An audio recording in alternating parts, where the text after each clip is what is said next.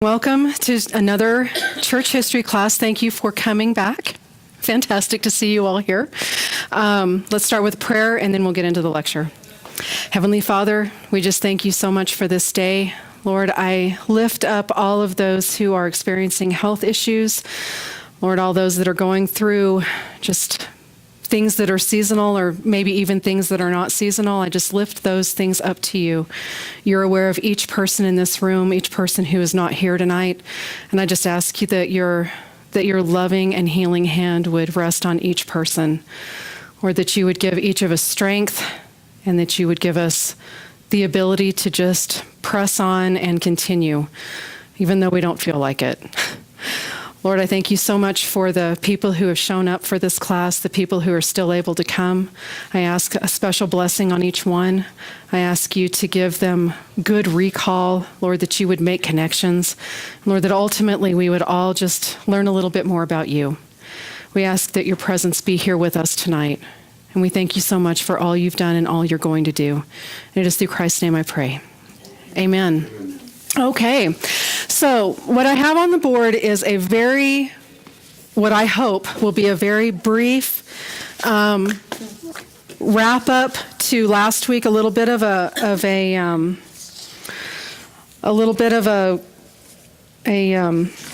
review, as well as a couple of things that I forgot to talk about. So just to kind of put things together, we talked about several people over the last 2, maybe 3 weeks. We talked about Luther. He's a German. He's the one who nailed his 95 Theses to that Wittenberg church door in 1517, right? Most will agree that that is the beginning of the Reformation. He was largely ignored. But because of the printing press, the Gutenberg press that had been updated and was in use at this time, people actually took his theses off of the door, printed them, and began to distribute them throughout Germany. And so these questions of theological significance were being spread throughout the country. And because of that, Luther became a very popular man, both in the positive and in the negative sense. Zwingli is a Swiss guy. He and Luther parallel one another very, very closely. They differ on just a couple of things. The primary thing they differ in is communion. Luther was a consubstantiation person, meaning that the elements turn into the literal blood and body of Christ. Zwingli was a transubstantiation person, meaning that he believed it was a memorial service and that the elements were just the elements, but the significance of the sacrament was a remembrance. That's where they divided and could not come back together. Remember, Bucer tried to get them together. He did get them together to debate their things, and they agreed all the way down the board till they got to communion. And Luther, actually, from what I understand, was the really obstinate one. He just really wouldn't have anything to do with changing or relenting on any way. So they parted ways and had different theologies because of that. John Knox was a Scotsman. He was heavily influenced by Calvin. I'm not sure if we talked about that. I don't know that I mentioned that last time, or it may be in your book. But he's very heavily influenced by Calvin. He has been known to say that the most perfect school of Christ that was ever on earth since the days of the apostles existed in Geneva. So he was a very strong follower of Calvin. But in his own right, he was also his own person. One of the things we talked about that was interesting about his life is that he was known as a woman hater, because at the time that he was going public with his speeches, he was talking ill of the monarchy, who was a female at the time. But he was really not. He wasn't trashing her because she was a woman. He was just disagreeing with some of her statesman sorts of things. But anyway, he's credited with having started the Presbyterian Church. The Anabaptists were basically started by Conrad Grebel and Felix Mantz. We didn't talk too much about them. They're both Swiss in origin. I'm not going to test you on that, but they are. They have many convictions that line up. Many of the Protestant denominations have convictions that line up with one another. The Anabaptists are no different. They have many convictions that mirror lots of other denominations. One of the things that they are sort of separate for is this true separation of church and state. They believed that the government had absolutely no say in church affairs, and the church had absolutely no say in government affairs. They were completely separate entities that were not to mix in any way. They were pacifists. They definitely were not all about war and joining the military and things like that. But that's who the Anabaptists were. Some of them, there was a portion of them that got a little crazy, who started to go into a sect movement where they were saying that they were the only true church, and in order to be saved, you must be an Anabaptist. That was what brought Luther out of hiding, remember?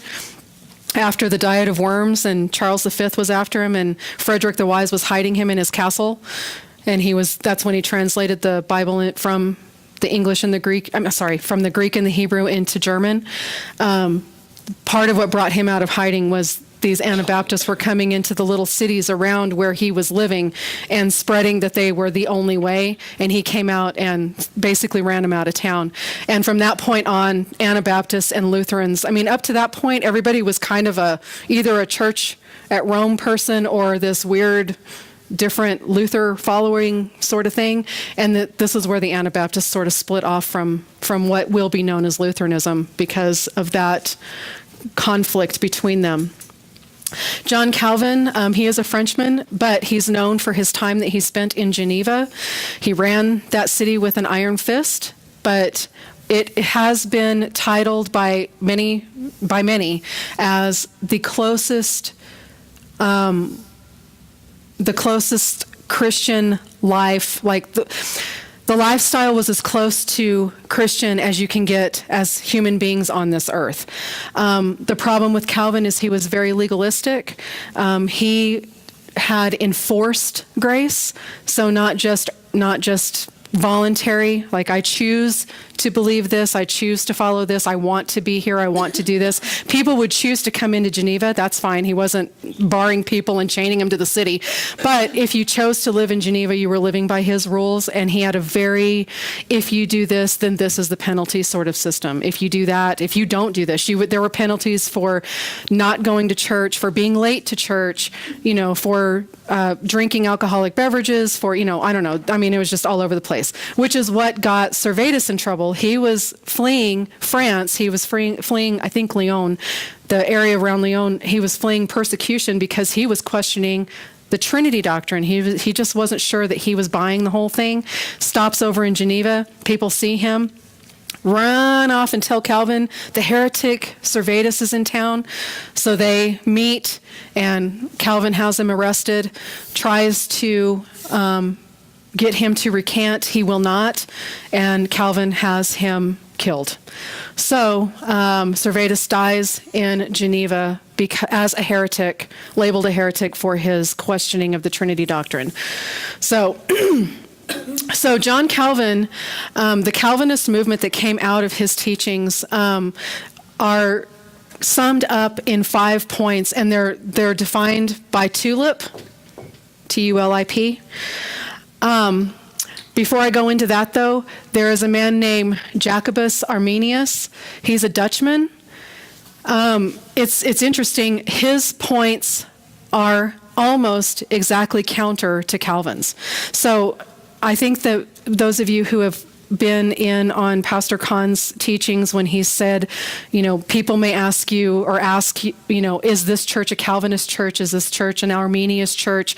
And he doesn't pick a side, because these are not, this is just not something that we're willing to fight about. He calls us Calminists because there are points from either side. As we go through and kind of talk about them a little bit, you may find yourself saying, oh yeah, I fall on this side here. Oh no, I fall on this side over here. And so you may find that you're also a Calminiist and not really know what's going on. But I didn't. When it comes down to salvation for those two groups, is it a salvation issue or just a doctrinal issue in the sense that they still believe in basic foundational scripture? They still believe in basic foundational scripture. I mean, Christ is the center. Christ is salvation. I mean, that is the main point. However, their ideas behind how that is administered differ. And when we go through it, you'll see what I mean. So this total depravity of man, so under Calvinism, what this means is that sin affects all parts of man, his mind, his body, his emotion, everything. Everything is totally depraved, and therefore man is not capable of following God. Man is so depraved that they're incapable of following God. Instead, God predestines who he will. Okay, so this is a predestination situation. Versus the Arminianist view, they say partial depravity. And so they say that a man is tainted for sure by sin, but is still capable of making the conscious decision and the choice to either follow God or not follow God.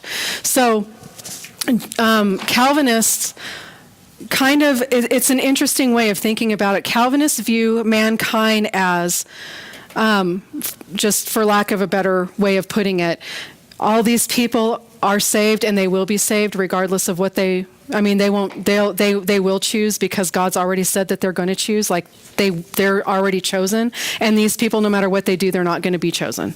You know what I'm saying? So it's very black and white.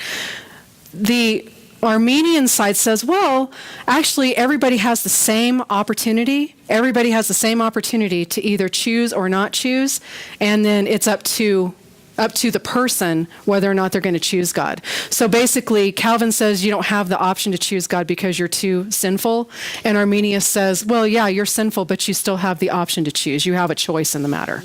Okay? Unconditional election for Calvinists, it means that this is going along the same lines.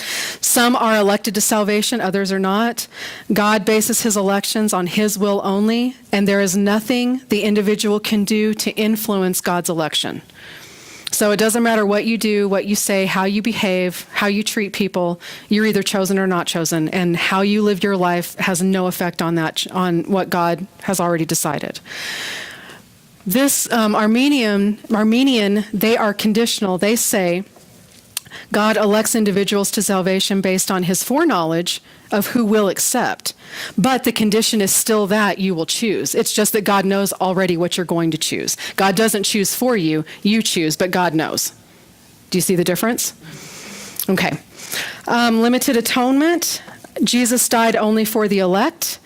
While his sacrifice is sufficient for all, it is not efficacious for all. So meaning that it could cover everybody, but because there is limited atonement, it will only cover those that God has chosen. Unlimited atonement by Armenian views says that Jesus died for all, but it doesn't become effectual until that person makes the choice to follow Christ. See, just very, very slightly different views. Can we say limited atonement again, please? Sure. Limited atonement for Calvinists, Jesus died only for the elect, and while his sacrifice is sufficient for everyone, it doesn't actually affect everyone because God has already chosen ahead of time. Arminianism says, yes, there is unlimited atonement for everyone. Everyone has the same option, but it only becomes effective after you've made the choice to follow God. These guys say you can't make the choice, and these guys say you have to make the choice.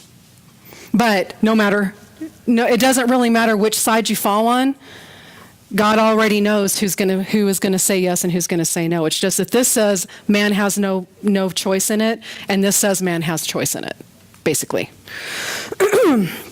Irresistible grace, when God, this is the Calvinist view, when God calls the elect to salvation, they cannot resist. The call is given to all, but, the call is given to all, but to the elect, God gives an internal call that cannot be resisted.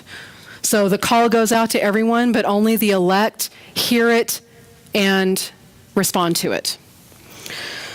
Arminians say that basically anyone is able to say no. I don't want to follow Jesus. It's my choice, and I'm saying no. And it doesn't matter. There is no elect. It's just an individual choice. People become the elect after they've made the choice, whereas they're saying the elect are chosen before any choices are made. All right, perseverance of the saints, Calvinist. Sorry. This says that salvation cannot be lost. The Father has elected those who are the elect. The Son has redeemed them, and the Holy Spirit has applied salvation. So the saved are eternally secure. The Arminian view is conditional. They say that a person can accept salvation, but then turn away from Christ and lose their salvation after it's been gained. Okay, so those are the 5 points to Calvinism, TULIP, right? And then the basic counterpoints for the Arminians. I think that from the Calvinist point of view, it's so funny because I have a friend today that she was telling me about her teaching Albuquerque, and she showed me a book, and she goes, "You can get this book." It was like a theology book.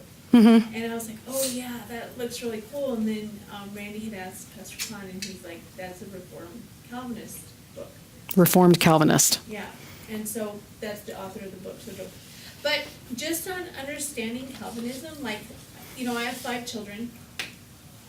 I would never pick one of my kids to be, what I'm saying? Just from a natural humanistic point of view. I would never say, okay, you're going to come with me, you're not, you can. And from a basic parenthood, I just don't, that's what I'm interpreting when you say, like, well, that's the way I interpret it. So if I'm misrepresenting Calvinism, then I guess I'll be telling you about that when someone calls me and says, bah, but I have not had very many run-ins personally with someone where we are talking about, do you believe this or do you believe that regarding these things?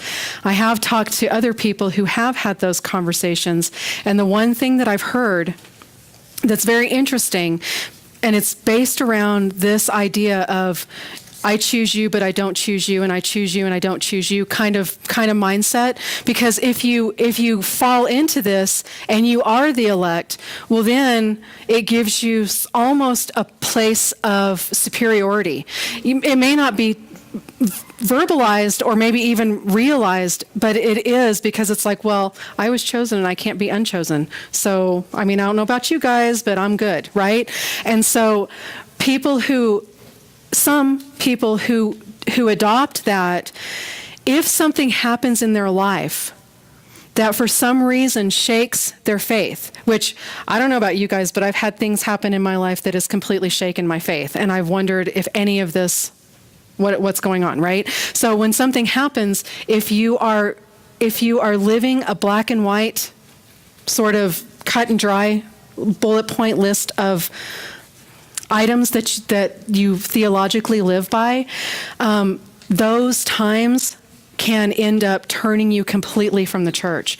I haven't talked to very many people where this has happened, but I have talked to enough where I've seen a pattern where if a Calvinist is faced with a foundational faith issue, like where they're just rocked and they're trying to figure out where they're going to go next, sometimes, not all the time, but sometimes if those people find that what they believe is not fulfilling what their life is portraying, they don't just turn away from Calvinism. Like, they don't just go from, I don't want to be this denomination, I want to be that denomination, or I don't want, but they stay Christian.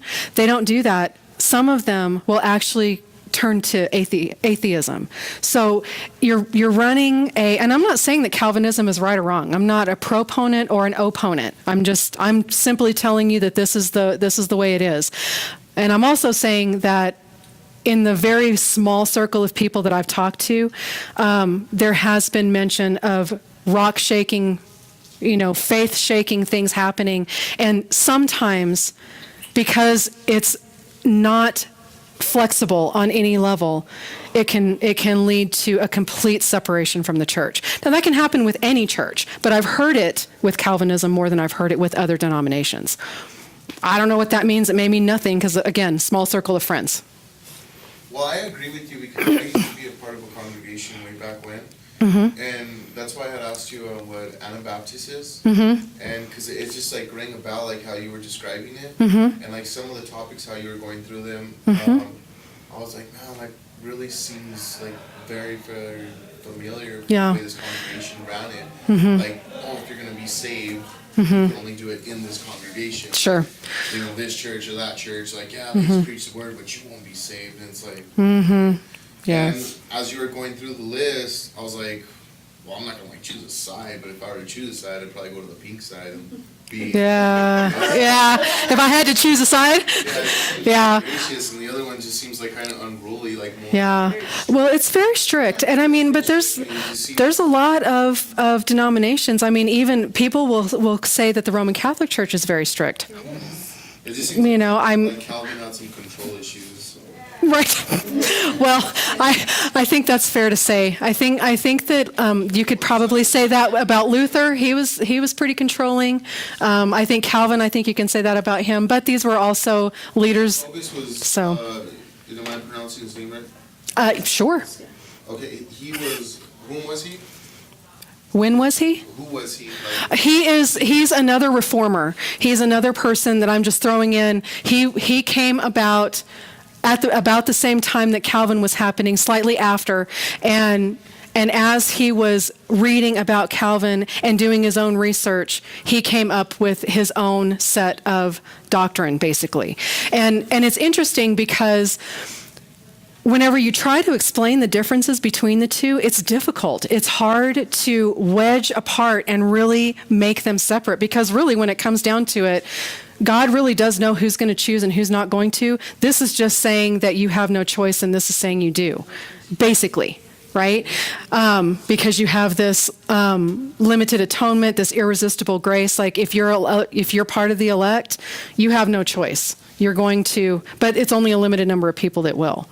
And if you read the scripture, you can certainly look at certain passages with this flashlight on them and say, oh yeah, that's what the scriptures are saying. But then you can also read other scriptures and shine this flashlight on them and say, oh yeah, that's what the scriptures are saying. So it's really interesting we're having this thing. All of this discussion, this is exactly what started the Reformation. Not that I'm telling you people to get all crazy, but what I'm saying is all of this came from a group of people who were saying, well, wait a minute, I'm not sure. I'm not real comfortable with this. Like, I like the pink side. I don't like this side. I'm not real. But the thing is, you don't want to take Calvin's word for it, and you don't want to take Arminius's word for it. What you want to do is go into the scriptures, and you want to find it, and you want to study it, and you want to pray about it, and you want to find, that's what you need to find, what the scriptures are saying. And I promise you, if you do that, God is going to illuminate. well, okay, I just want to ask one other thing. Sorry. Were you gonna ask something? Mm-hmm, it's okay. Well, because I was getting confused, like as far as do we have to choose a side or something?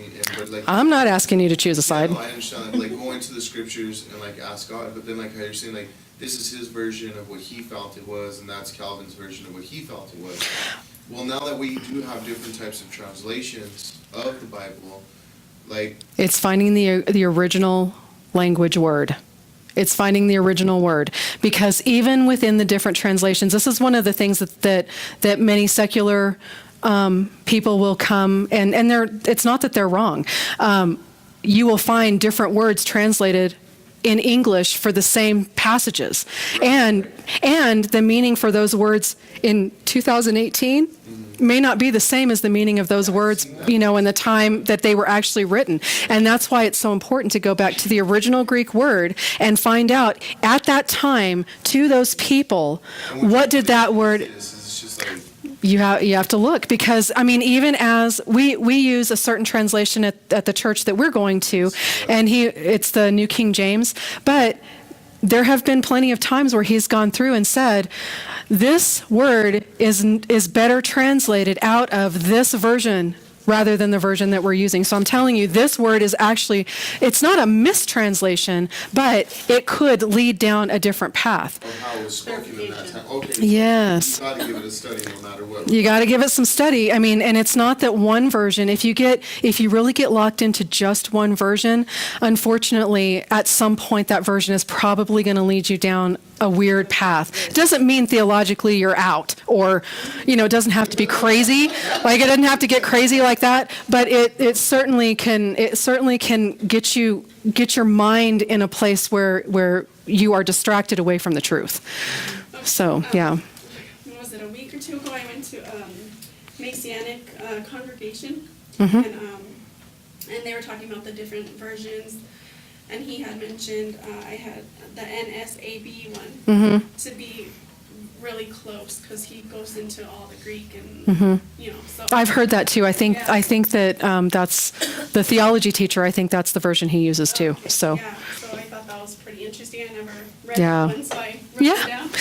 Yeah. No, it's good to branch out and try other translations. Like, there's nothing wrong with that. You just have to remember that.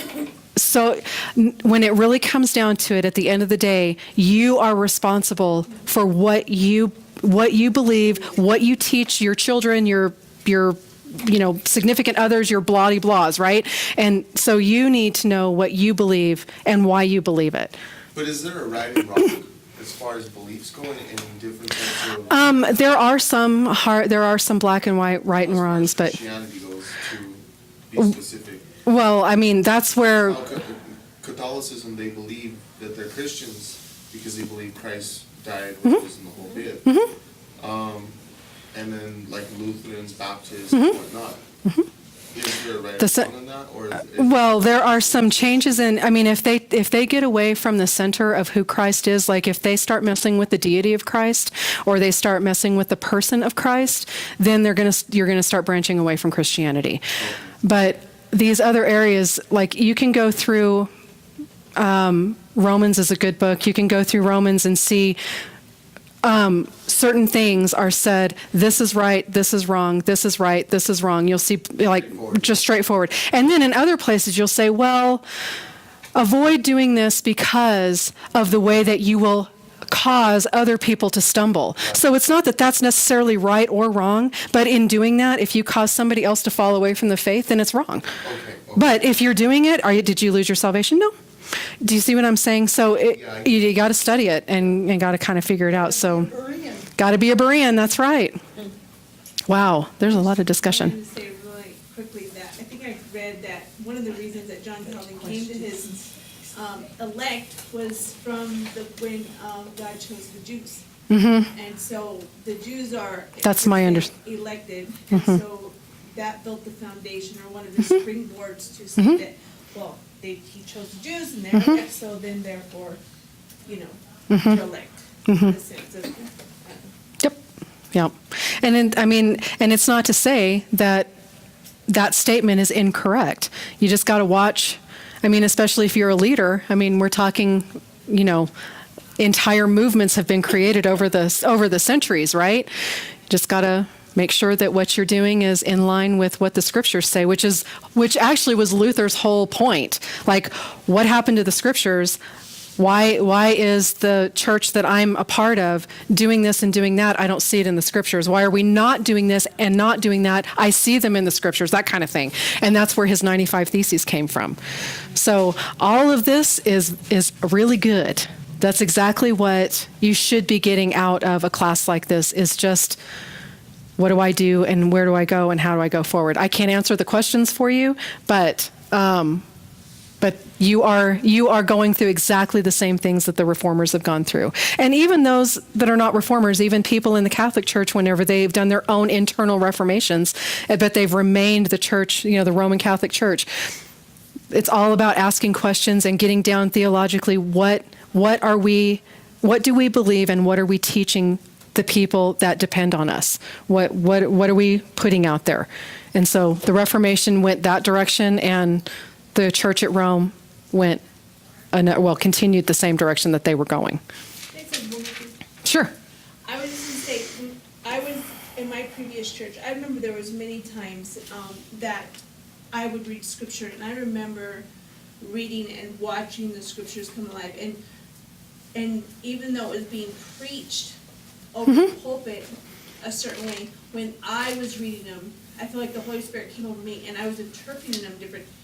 And there was such a real, conviction in my heart that this is not right. It just didn't feel right. It just, something within me was telling me this is not right. And so I ended up responding to how we believe in the Trinity of the Holy Spirit leading me. I can't speak for them, but Sure. I could only speak for me. And so a lot of my decision to leave that certain denomination was because it was dealing with me. And I look back and I'm like, well, why? And then I've come to understand that when the Bible says that work out your own salvation, that with fear and trembling before the Lord, that was my salvation at that time and that moment of time. And so, Well, Christianity is a very interesting concept, because it's really all about individual. It's you and Christ. The question is, who do you say Christ is? That is the question, right? Who is Jesus? Who do you say he is?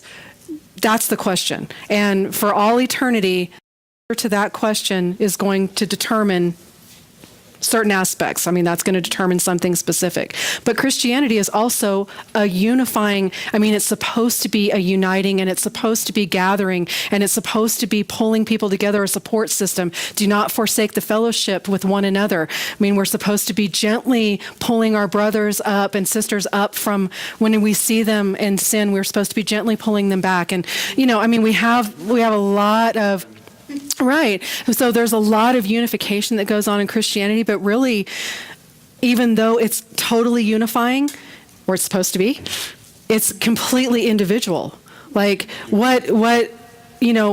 I may affect something that affects my child's eternity, but when it comes down to that, my child is going to answer to God. Do you see what I'm saying? My influence over her, I will answer for, but she still answers for herself. So it's an interesting, everyone come together and everyone try to make all this make sense, and, let's all just get along, kind of thing. But really, Christ being the center of everything, that is the unifying factor of Christianity. And then there's all this solid doctrine, and then there's these gray areas that we don't know, could be this or that. It's more about that influence than it is about the action. It's complicated. It's complicated. Okay, so the last person, so this is basically all last week, and then talking a little bit about Calvinism, because I didn't take the time to do it last week, and then Arminianism. So the last person, and we also talked about Henry VIII last week. I'll talk about him again just real briefly in a second. But this person, Ignatius of Loyola. Maybe Loyola. Maybe I probably spelled it wrong. That's right. Let's just make it up. Just a minute. Let me find my... Oh, Loyola. Yep. Okay, there we go.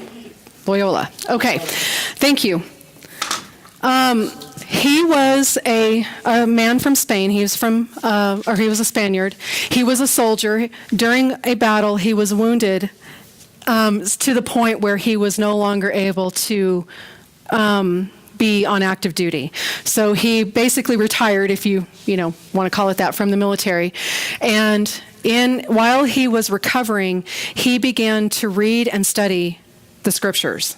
Because again, remember, you guys, at this time, Christianity and Christ was very, very important. The average citizen knew about it, wanted to know about it, went to church. It's not like it is today. So he began to read and study while he was kind of holed up, kind of laid up in his bed and recovering. He began to see his own and recognize his own depravity. He began to understand that he really, truly needed this Savior that he'd been claiming all this time, but he really, really, really, really, really needed Jesus. So he began to live this ascetic lifestyle, eventually became a priest. My understanding is he joined a Franciscan order. That's what I've seen most anyway. He became a priest, and in 1540, the Pope at the time approved a new brotherhood that he sort of organized and put together. So this is kind of going back to the idea of how the Dominican order was started and the Franciscan order was started and Francis of Assisi and all these people. So this man, Ignatius, he started a brotherhood that was known as the Society of Jesus in 1540, and it was approved by the church at Rome. Okay? They're also known as the Jesuits. That is still very much alive today and moving forward. And it began with this man, Ignatius. He wrote a couple of books. It doesn't really matter, a couple of just a couple of writings. At the time of his death, there were about 1,000 Jesuits. That was a lot, considering that he passed away not too long after this. He was responsible for sending missionaries out into Germany and India. That's one of the things that he's most well known for. Your book talks about those. Whenever you read about Francis Xavier, Ignatius is the one who sent him out into India. So, just a little touch on how the Jesuits began and who kind of started that, and just a tiny bit about his life. So, the last person we talked about last week was Henry VIII. We talked a little bit about him already. He was heavily influenced more for his own benefit than for the benefit of the church or the followers of the church or any of that. Most of these reformations have been for the good of the people in the church. With Henry VIII, he was unique because all of these other denominations that we've been talking about forming, or these ideas, they actually formed new churches. They formed new doctrine and new theologies, right? Henry VIII kept exactly the same theology. Like, he totally just went with what he already knew. He just tweaked what he wanted to get what he needed, but stayed very, very loyal to the doctrine of the church at Rome, for the most part. All right. One of the things I want to make sure I get done today, I want to talk about so by the time all of these things started coming around, we had, so remember the church at Rome kind of started to decline. The papacy wasn't really always electing people in that were even caring about the spirituality of the people. They were being elected because somebody's wife's nephew needed a job, and so got him a job there and whatever. And so they didn't study, they didn't know the scriptures, they couldn't speak or read Latin. They were just kind of, going with the flow, right? Not to say that everybody was completely useless. That's not at all the case. But it's definitely, if you were to compare the church at this time to the church like when it started with Gregory the Great and all of these other popes up to Innocent, there was definitely a importance that was put on the understanding of the spiritual side of what they were teaching people, right? Well, by the time all of this Reformation stuff started happening, people started reading, getting literate, studying on their own, understanding the scriptures on their own, asking questions, and then that coupled with the decline that the church at Rome was going through, we had all of these splits happening, right? These denominations were forming. 28 years after the Reformation started, so this is about 1545. So it kind of started in 1517, right? So in 1545, there was a new ecumenical council, the 19th ecumenical council, called the Council of Trent. Very, very important, very influential. It actually met officially from 1545 to 1563. I'm not going to test you on that. I'm just giving you references. But it wasn't one big, huge, long council where they met and just never left and never went home. It was actually split. It was actually split into 3 periods. One was from 1545 to 1547. Maybe I should make this a 1. The second was from 1551 until 1552, and the third one was from 1562 until 1563. So really they only met, they met 3 times over a period of just a few years, but the entire council encompasses all those years, even in between, okay? Very, very influential for the church at Rome. Like I said, this was the 19th Ecumenical Council. Okay. So we talked a little bit about this, this idea of Reformation. So if you look at Protestant-based writings, you will have the Council of Trent characterized as a response to the Reformation. So this was called because all these reformers came about starting with Luther, and almost 30 years after, whenever Protestantism really had a foothold in the influence of the church at large, the Catholic Church, or the church at Rome, is saying, okay, we need to do something about this, and this is an answer to the Reformation. If you read Catholic derived writings, what they will say is, while yes, it addresses pieces of the Reformation because they needed to be addressed in exactly the same way that the Council of Nicaea addressed the Arian heresy. Do you see what I'm saying? Like, they are going to address the issues that are at hand, some of which were a part of the Reformation. But in general, because of that decline, because of the way that the Catholic Church was heading, this was really more of an internal Church of Rome Reformation, and some of which answered some of the issues for the Reformation. Does that make sense? So secular writings go either way. I mean, they just kind of say, yeah, it happened, and this is what they said. But it really just kind of depends. I'm not sure why it matters, whether it is an internal Reformation or whether it's an internal Catholic Reformation, or whether it's an answer to the external Reformation that was happening. I don't know why it matters, but it seems to, because depending on who writes it, they seem to be pretty solid about why this council happened.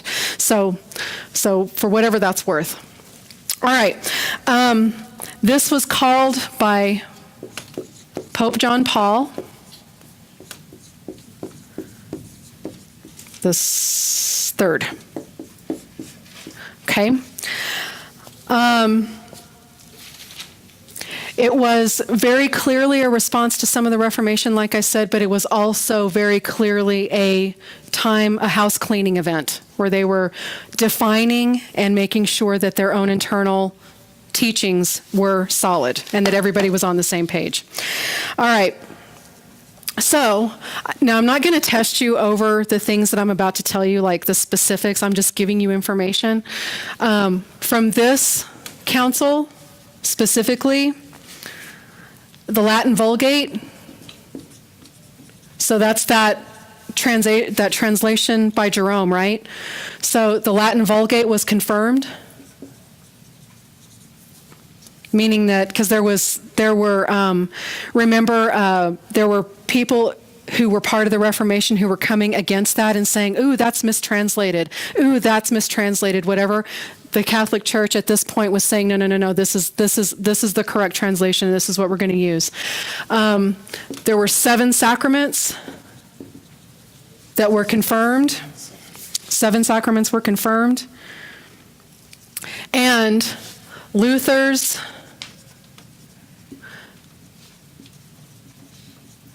justification by faith alone was rejected. That is not the entirety of that first council. I'm just giving you some stuff that came out of it, right? It's not complete, it's just part of it. So some things were confirmed, some things were, positively kept, and then some things were rejected. In this second council, penance was defined.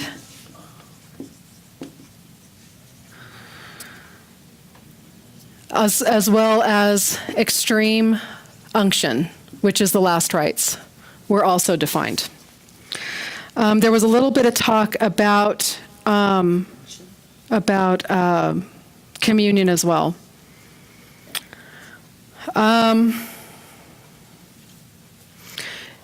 Here in this one, the Mass was defined as the true sacrifice.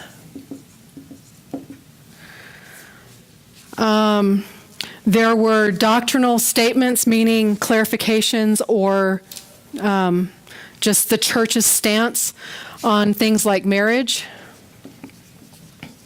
purgatory, and indulgences. Again, not a complete list, just throwing it out there. I went online. Number 2, extreme what? Unction. UNCTION. Sorry. Just making sure, I wasn't sure about it. Yeah, UNCTION. And that's just last rites. Last rites. Sure. I wrote it right. All right, so I just went on the web and I found this is written by somebody who is not part of the Catholic Church, and as far as I can tell, is not part of the Protestant Church. It's just it's supposed to be a unbiased, if that exists, representation of things. 9 things you should know about the Council of Trent. I mean, I just pulled it off. It doesn't mean it's right or wrong. I just picked it because it was some interesting things that they quoted.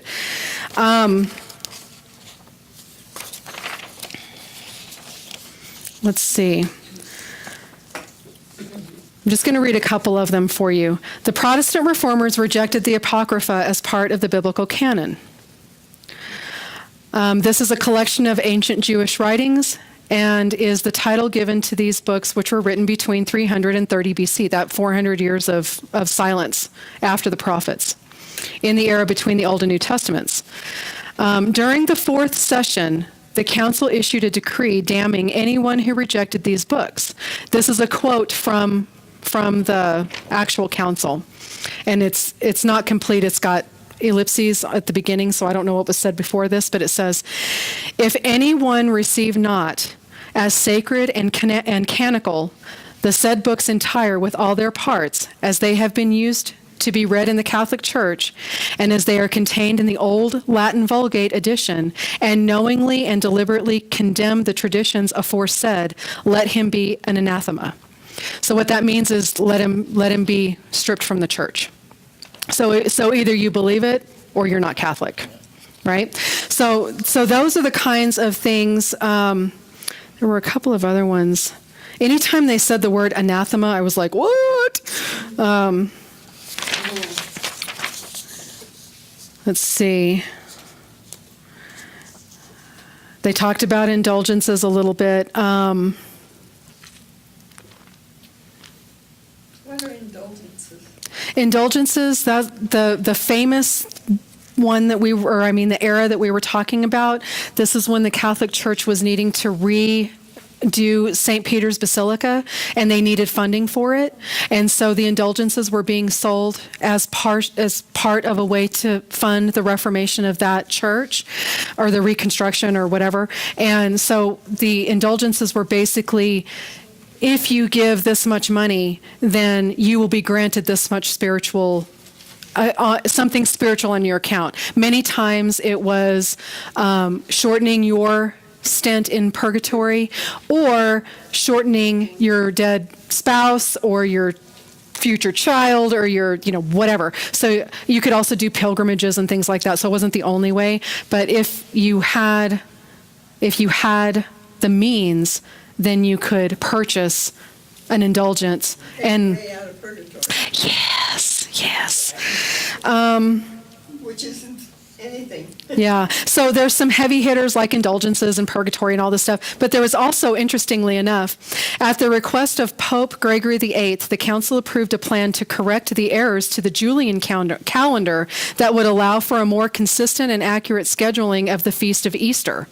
The reform included reducing the number of leap years in 4 centuries from 100 to 97. I know. Although Protestant countries in Europe initially refused to adopt it, eventually it became the most widely accepted and used civil calendar in the world. Council of Trent. So see, it's a big deal. So like, even if you're not like at all caring about the theology of anything ever, our calendar right now, what we're living under, Council of Trent. Crazy, right? So Council of Trent was incredibly, very much influential. And not just to the Catholic Church, it was influential to everybody. Anyway, and since it was an ecumenical council, the things that came out of this that's it. It's law, right? Just like it was for the Council of Nicaea and all those Council of Constance, all those other ones that we talked about.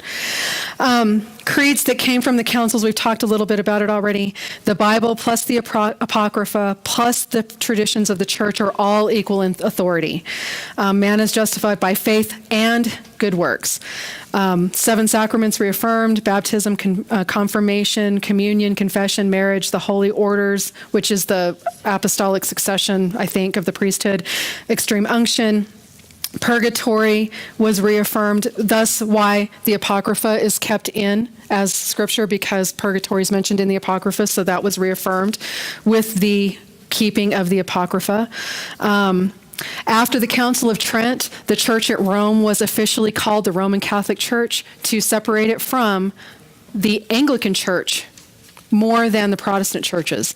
But because the Protestant churches weren't taking any Church of Rome names. Do you know what I mean? They were named after the guys who kind of started it. And so the church, especially if you think about it from a church standpoint, like if I were the grandpa and everything that I've ever known is what I've been teaching, and then I have some of my kids who are splitting off and doing this and going by this other direction, by my viewpoint on that, they have lost it. They've completely lost their minds. They're being rebellious and actually blaspheming the scriptures, blaspheming God. It's a very big deal. So you can imagine that as this council was meeting and as all these things were coming out, the church, whenever it looks at all of these other churches, it's not that it's not important or they were blowing them off. That's not it at all, because they actually addressed many things that Protestantism was challenging with them for the last 30 years, right? But they separated themselves for sure from the Church of England. They wanted to make sure that at the end of this session or this ecumenical council, that there was the Roman Catholic Church, again, looking back at that timeline that I gave you, the original church, and then now there's this new church called the Church of England or the Anglican Church. So they wanted to make sure that it was really separate after the Council of Trent. And they were by necessity separating themselves from the Protestant churches as well.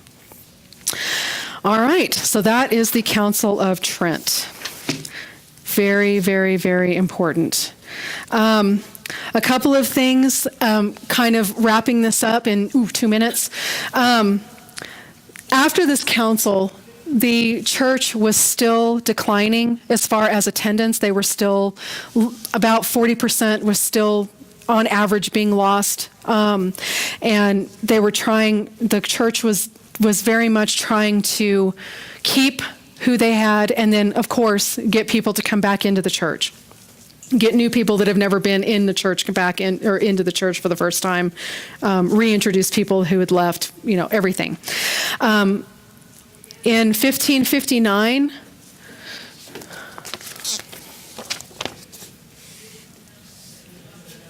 Oops. The index was introduced. This is a list of books and writings that are considered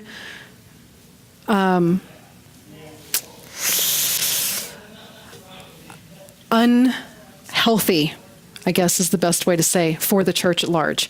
So if you were a church, if you were going to the church at Rome, and you had one of these books that were on the index, then you were going against what the church is asking you to do. All of the Reformation books, writings were on there, but there were other things. Even copies of the Bible were on the index, and most of those were Protestant Bibles. The church at Rome, remember, they didn't really actively, they read to you in the Mass. It was in another language, but they read to you, and they were responsible for conveying to you what the truths of the Scriptures were. And so any of these Bibles that were put out where people were just reading them willy-nilly, they felt that they were mistranslated, they were misrepresenting, they were in some way blaspheming. And so it's interesting that the actual Scriptures were on the index. But coming from the point of view, you have to understand where they're coming from. They're not saying that the Scriptures are anathema. It's coming from that old school, not wrong, just very old way of thinking that had come through all these centuries. And they're like, what do you mean you have a new Bible? That's not the way that works. The Inquisition, as you guys know, that the Inquisition didn't help the Catholic Church any. Really, they were pretty mean and awful and sort of forcing people into becoming Catholic, but then not really believing that they were Catholic. So it was because they knew they were scaring them using forcing and scare tactics and whatever. So the Inquisition was just bad news, sort of like the Crusades, just not a good plan. But the Jesuits, so Ignatius of Loyola, his group of men, their mission was, during all of this business that was going on, their entire mission became, as they look back on the history of their own church, they're looking back on it saying, man, we've made some mistakes. Man, we've done these things. There's some decline. There's this, there's that. But now we're redefining ourselves. We know who we are. We know where we're going. So now let's really start to rally within ourselves, and let's start getting people back into the church, and let's start rallying around the Catholic Church again. So they were very missions oriented, locally and not locally. So very, very missions oriented. So it's interesting. It's really interesting at this time in history. The Catholic Church is looking around at everybody outside the church and just saying, oh my gosh, there are heretics everywhere. And not just heretics like, I don't believe in God at all. We're talking heretics who are claiming the same God that I claim and then doing all this weird stuff with it. So the church is flipping out. I mean, they think that everyone's gone crazy and there's just a whole bunch of heretics.